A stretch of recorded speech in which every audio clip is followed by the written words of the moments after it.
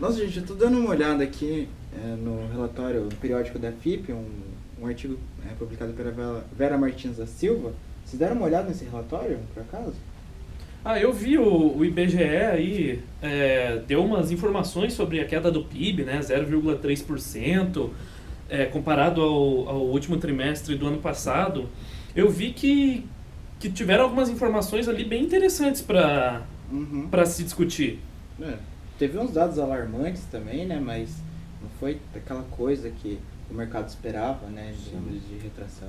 Embora que essa retração, recolhimento de 0,3, tenha superado as expectativas do mercado, né, que esperava uma projeção de queda ainda maior, os dados ainda assim, por si só, não são muito satisfatórios se a gente considerar o mesmo período no ano anterior, de 2015, né?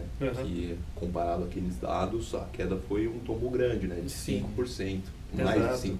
E no acumulado dos 4 trimestres do ano passado foi de 4,7%. Exatamente, inclusive é a maior queda do PIB desde que começaram a fazer a medição em 1996. Mas também levando por essa análise dos 4 trimestres, né, que vocês citaram, a gente pode perceber que a indústria, né, que está sendo o carro-chefe. O carro-chefe dessa grande vilão, da redução do valor adicionado aí, né?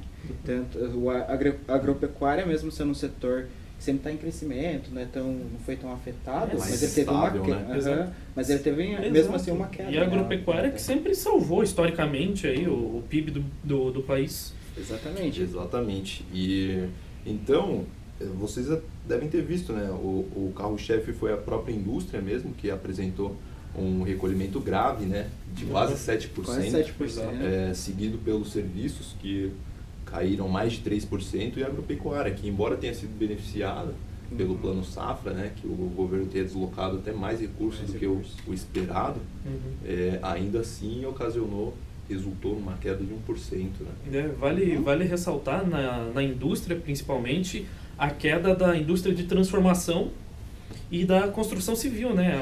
A de transformação com 10,5% e a civil com 7%. Se você for ver uma análise até de gráfica mesmo, né, dos períodos anteriores, você consegue perceber que a indústria de construção civil estava acima da indústria de transformação, mas as duas acabaram, no mesmo tempo, uma corrente de queda, né? Sim. E ela usa uma frase muito impactante no texto, que ela diz que a indústria não produz, o comércio não vende.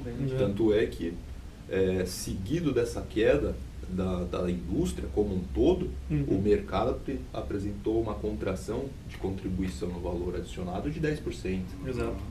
E você, agora, ela fez uma análise também, né, pela ótica da despesa, a respeito dos resultados, né?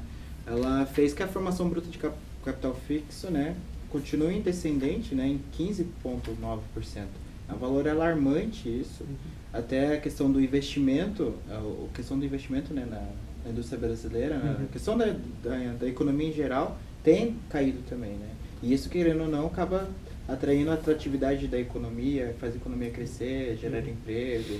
Então, são várias consequências, né, que alguns pontos... Ela trouxe dados muito importantes, né, dos dados fornecidos pelo IBGE.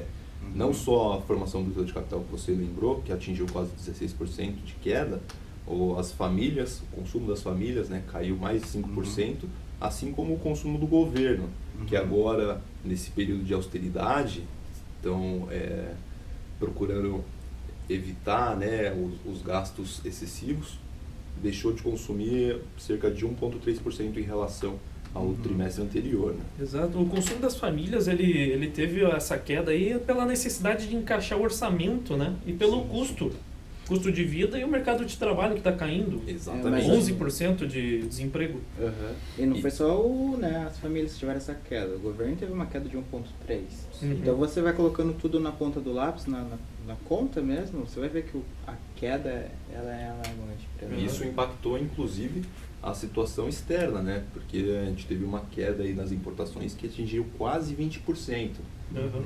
E o único dado que apresentou uma melhora foi a questão das nossas exportações. Exato. Que apresentaram um aumento de 8,3%. Exato. Esses fatores, eles se dão pelo câmbio também. Sim, sim.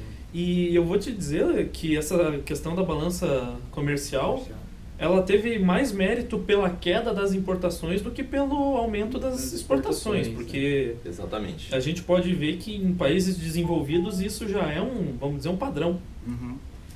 Nesse caso, né, nem as importações, nem as exportações, né, tiveram. Não foi um contraponto à outra que cresceu. E esse não é só um fenômeno observado aqui no Brasil. Todas as economias emergentes, com todo esse choque no mercado especulativo, da situação da presidente brasileira e das próprias variações da taxa de juros norte-americana, está todo mundo bem apreensivo, né? Todo mundo revendo suas políticas externas. Sim, sim.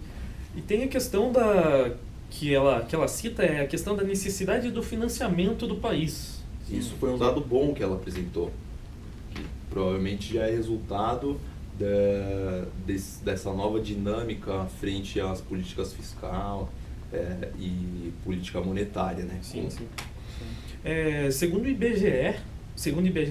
o Banco Central, aliás, a dívida externa do país até março era de 333 bilhões. Ali a gente pôde ver no relatório que houve uma melhora de 40 bilhões esse trimestre. Então, exatamente. foi uma reação principalmente pela redução do déficit externo. Exatamente. E foi uma redução bastante significativa, né, que superou a casa dos 50 bilhões. 50 bilhões. Exatamente. Isso é uma questão até de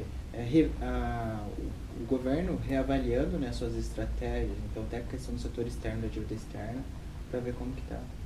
Exatamente. E, por fim, né, ela pelo menos trouxe um dado bastante promissor, que é a questão do desemprego, que parece estar estacionando, e a criação de empregos formais nos próximos trimestres pode deixar de ser negativo e adotar uma ascendência, né, positiva.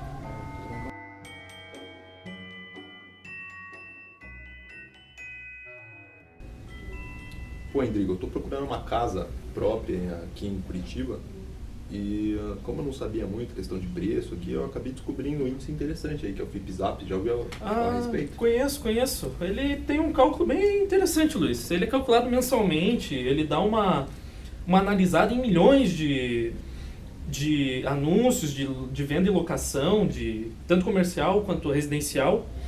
E o índice, ele considera algumas informações relevantes. Então, ele desconsidera uma parte que não faz sentido para ele e ele calcula o preço médio aí de cada uma das 20 cidades que ele contempla. Aqui em Curitiba é uma delas. Uhum.